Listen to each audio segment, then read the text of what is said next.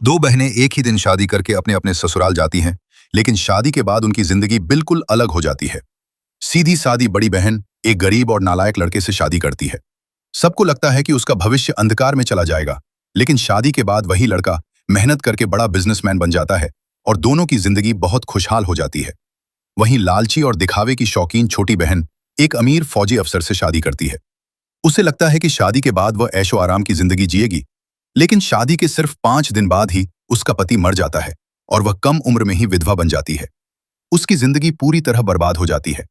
इस बड़े झटके से पागल होकर छोटी बहन अपनी बहन के साथ मरने का फैसला करती है, लेकिन तभी अचानक दोनों का पुनर्जन्म हो जाता है और वे वापस उसी दिन पहुंच जाती हैं जब उनकी शादी तय हो रही थी।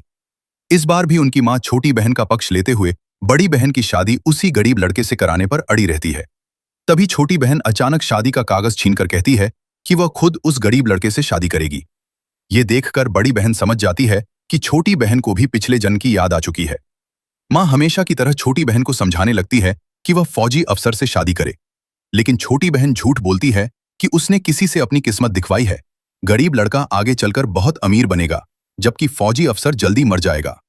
मां उसकी बात मान लेती है और फौजी अफसर की शादी बड़ी बहन से तय कर देती है।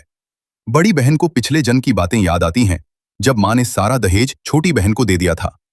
इस बार वह शर्त रखती है कि अगर शादी बदलनी है तो सारा दहेज उसे दिया जाए। मां पहले मना करती है, लेकिन छोटी बहन उसे अलग ले जाकर मनाती है और अंत में मां मान जाती है। छोटी बहन को यह नहीं पता होता कि पिछले जन्म में गरीब लड़का अमीर सिर्फ बड़ी बहन की मेहनत और समझदारी से बना था। वहीं बड़ी बहन ने ससुराल में बहुत दुख झेले थे। सास की ताने, पति की बेवफाई, सब कुछ सहकर भी वह चुप रही थी। अब वह सोचती है कि इस बार छोटी बहन खुद वही सब झेलेगी। अगले दिन दोनों के दूल्हे अपने अपने घर से रिश्ता लेकर आते हैं। फौजी अफसर खुद नहीं आ पाता क्योंकि वह ड्यूटी पर होता है और अपने दोस्त को भेज देता है। छोटी बहन इस बात का मजाक उड़ाती है कि उसका पति खुद आया है, जबकि बड़ी बहन का नहीं।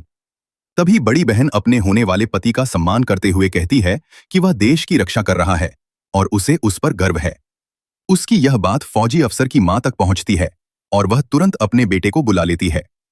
जब अफसर लड़की की फोटो देखता है तो पहचान जाता है कि यही वही लड़की है जिससे वह प्यार करता था, लेकिन गलती से उसने पहले छोटी बहन को समझ लिया था।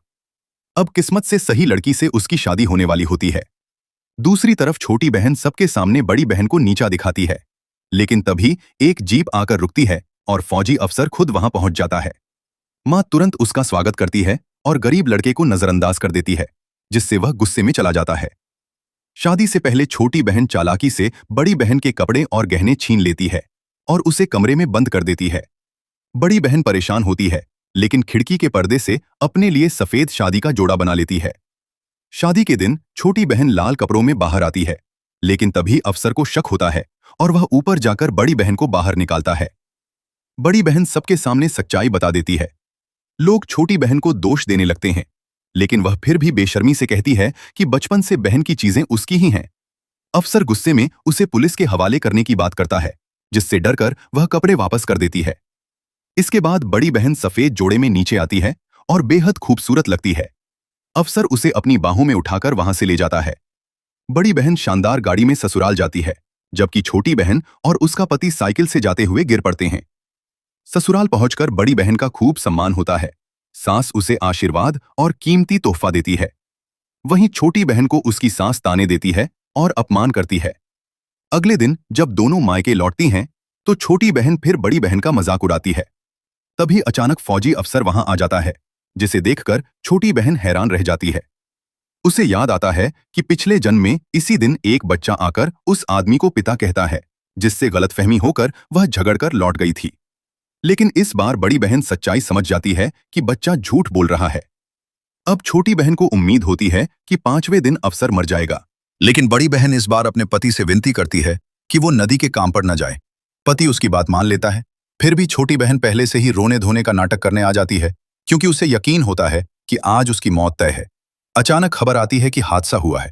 ये सुनकर बड़ी बहन घबरा जाती है और दौड़ते हुए वहां पहुंचती है जहां भीड़ लगी होती है। वो सोचती है कि आखिर गलती कहां हुई और क्यों इस बार भी किस्मत वैसी ही हो रही है।